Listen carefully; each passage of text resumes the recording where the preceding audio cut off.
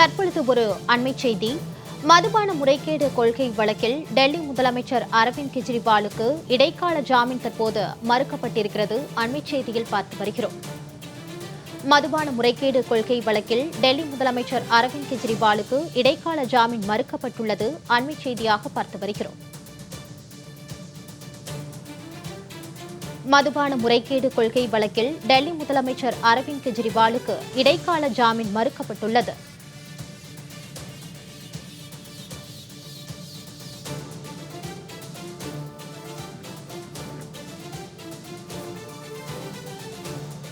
மதுபான முறைகேடு வழக்கில் டெல்லி முதலமைச்சர் அரவிந்த் கெஜ்ரிவாலுக்கு இடைக்கால ஜாமீன் மறுக்கப்பட்டுள்ளது. மருத்துவ பரிசோதனைகளுக்காக ஜாமீன் கேட்ட நிலையில் இந்த கோரிக்கை தற்போது நிராகரிக்கப்பட்டதாக அண்மை செய்தி வெளியாகியுள்ளது. டெல்லி முதலமைச்சர் அரவிந்த் கெஜ்ரிவாலுக்கு இடைக்கால ஜாமீன் மறுக்கப்பட்டுள்ளது. அண்மை செய்தியாக பார்த்து வருகிறோம். தேவையான மருத்துவ பரிசோதனைகளை மேற்கொள்ளுமாறு சம்பந்தப்பட்ட அதிகாரிகளுக்கு நீதிமன்றம் உத்தரவு பிறப்பித்திருக்கிறது.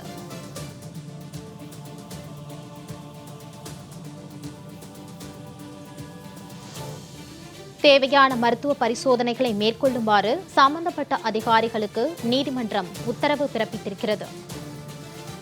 டெல்லி முதலமைச்சர் அரவிந்த் கெஜ்ரிவாலுக்கு இடைக்கால ஜாமீன் மறுக்கப்பட்டுள்ளது. இது குறித்தான கூடுதல் விவரங்களோடு செய்தியாளர் ஆண்டன் இணைக்கிறார். வணக்கம் ஆண்டன், கூடுதல் விவரம். அதாவது அரவிந்த் கெஜ்ரிவாலுக்கு தொடர்ந்து ஒரு பின்னடைவாகவே இது பார்க்கப்படுகின்றது. அவருக்கு ஒரு வார காலம் இடைக்கால ஜாமீன் கோரியிருந்தார் மருத்துவ காரணங்களுக்காக.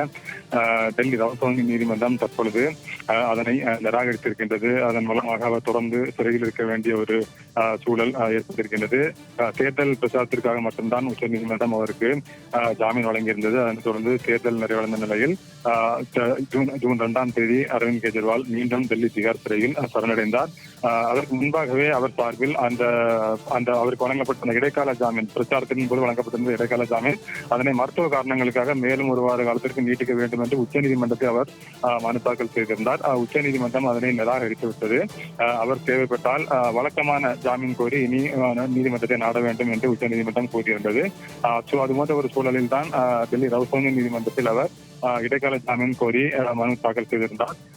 தற்போதைய சூழ்நிலையில் டெல்லி ரவுசோங்கி நீதிமன்றம் அவருக்கு இடைக்கால ஜாமீன் வழங்க மறுத்திருக்கின்றது. ஆனால் அவருக்கு தேவையான அந்த மருத்துவ ரீதியான நடவடிக்கைகளை மேற்கொள்வதற்கு நீதிமன்றமானது அறிவுறுத்தி உத்தரவிட்டிருக்கின்றது.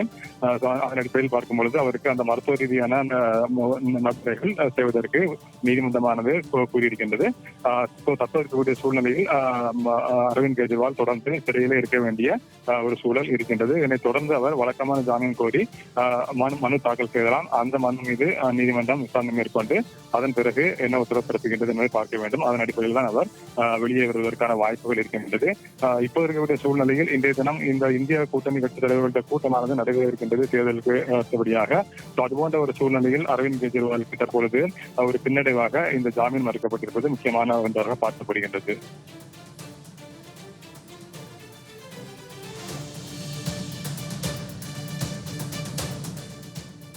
ஆண்டன், தங்களுடைய விரிவான தகவல்களுக்கு நன்றி.